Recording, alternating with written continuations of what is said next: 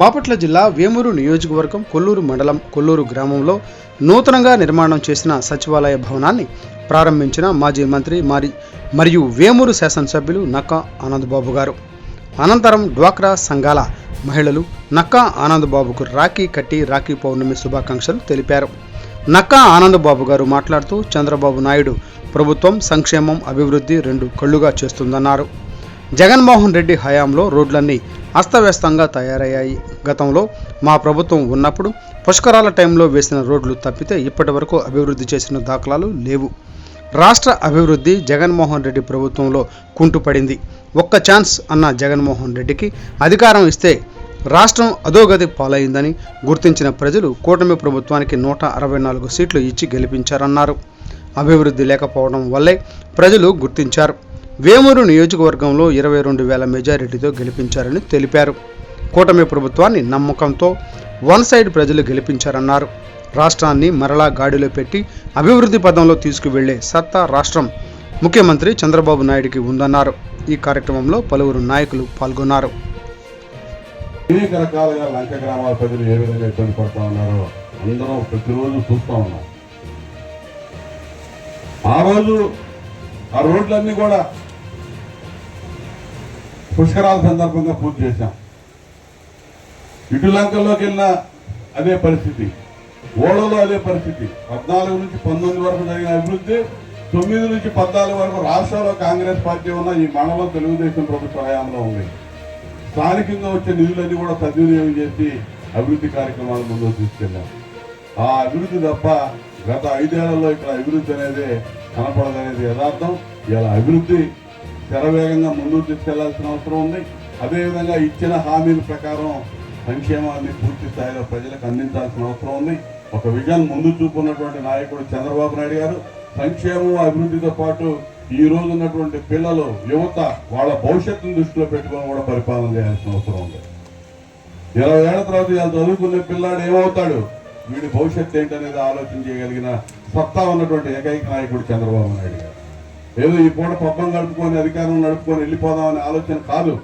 20 ఏళ్ల తర్వాత 25 ఏళ్ల తర్వాత నేను ఈ రోజు పుట్టిన పిల్లవాడి భవిష్యత్తు ఏ విధంగా ఉండాలి అనే ఆలోచనతో ముందు చూపుతో ఈ రాష్ట్రాన్ని నడిపిస్తున్నటువంటి చంద్రబాబు నాయుడు గారికి మీరందరూ కూడా అధికారాన్ని ఇచ్చారు. ఇక నుంచి కూడా ప్రతిరోజు ఆశీర్వదించి ముందుకు నడిపించండి. ఖచ్చితంగా వారి నాయకత్వంలో మన గ్రామాలు కానీ, ఈ మండలం కానీ, ఈ నియోజకవర్గాన్ని అదేవిధంగా శరవేగంగా అభివృద్ధి కార్యక్రమాల్లో ముందుకు తీసుకెళ్తామని చెప్పి సందర్భంగా హామీ ఇస్తూ అభివృద్ధి, సంక్షేమం, భవిష్యత్తు మూడింటిని దృష్టిలో పెట్టుకొని పరిపాలన ఉంటుంది. మీరు ఇచ్చినటువంటి నమ్మకం వమ్ము కాకుండా పరిపాలన సాగిస్తామని చెప్పి ఈ సందర్భంగా తెలియజేస్తూ మంచి కార్యక్రమాన్ని ఏర్పాటు చేసి ఆహ్వానించిన పెద్దలందరూ కూడా పేరు పేరున అభినందనలు తెలియజేస్తూ రాబోయే రోజుల్లో వీళ్ళ ట్రాన్స్ఫర్ మొదలైన ఇక్కడ చాలా మంది ఉంటారు.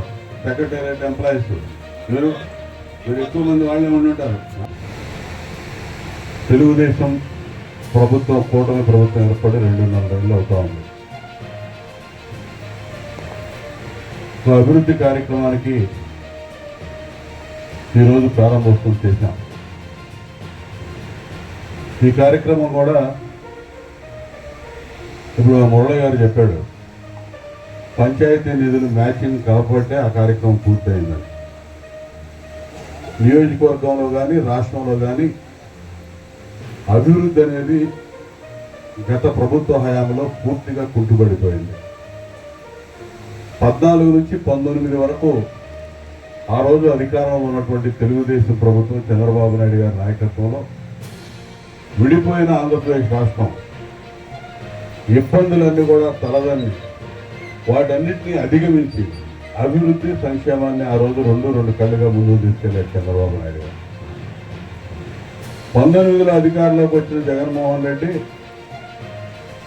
విడిపోయిన రాష్ట్రంలో శరవేగంగా ముందుకు పోతున్న అభివృద్ధిని శరవేగంగా వెనక్కి నడిపించాడు జగన్మోహన్ రెడ్డి. 20 ఏళ్ళు వెనక్కిపోయింది అభివృద్ధి అనేది. ఈరోజు మళ్ళా పునాదుల దగ్గర నుంచి ఎత్తుకోవాల్సిన పరిస్థితి మళ్ళా కల్పించాడు. వ్యవస్థలన్నీ భ్రష్టు పెట్టిపోయినాయి. రాష్ట్రం సర్వనాశనం అయింది. ఇది నేను చెప్పేది కాదు, మీరందరూ చెప్పినటువంటి వాస్తవం. ఒక్క ఛాన్స్ ఇవ్వాలి జగన్మోహన్ రెడ్డికి అని ఒక పొరపాటు చేస్తే రాష్ట్రం అధోగతి పాలైందని గుర్తించబట్టే మళ్ళా 164 సీట్లు చంద్రబాబు నాయుడు గారి నాయకత్వంలో కూటమి ప్రభుత్వానికి ఇచ్చి మీరే గెలిపించారు. అంటే నేను చెప్పేది కాదు, మీరందరూ అదే చెప్పారు. ఎప్పుడు రానటువంటి మెజారిటీలు వేమూరు నియోజకవర్గంలో కూడా నియోజకవర్గం పుట్టినాక రానటువంటి మెజార్టీ 22,000 పైన మెజార్టీ మీరు ఇచ్చారు. మిగిలిన నియోజకవర్గాల 30,000, 40,000, 50,000 ఎక్కడికో వెళ్ళిపోయింది. వన్ సైడ్గా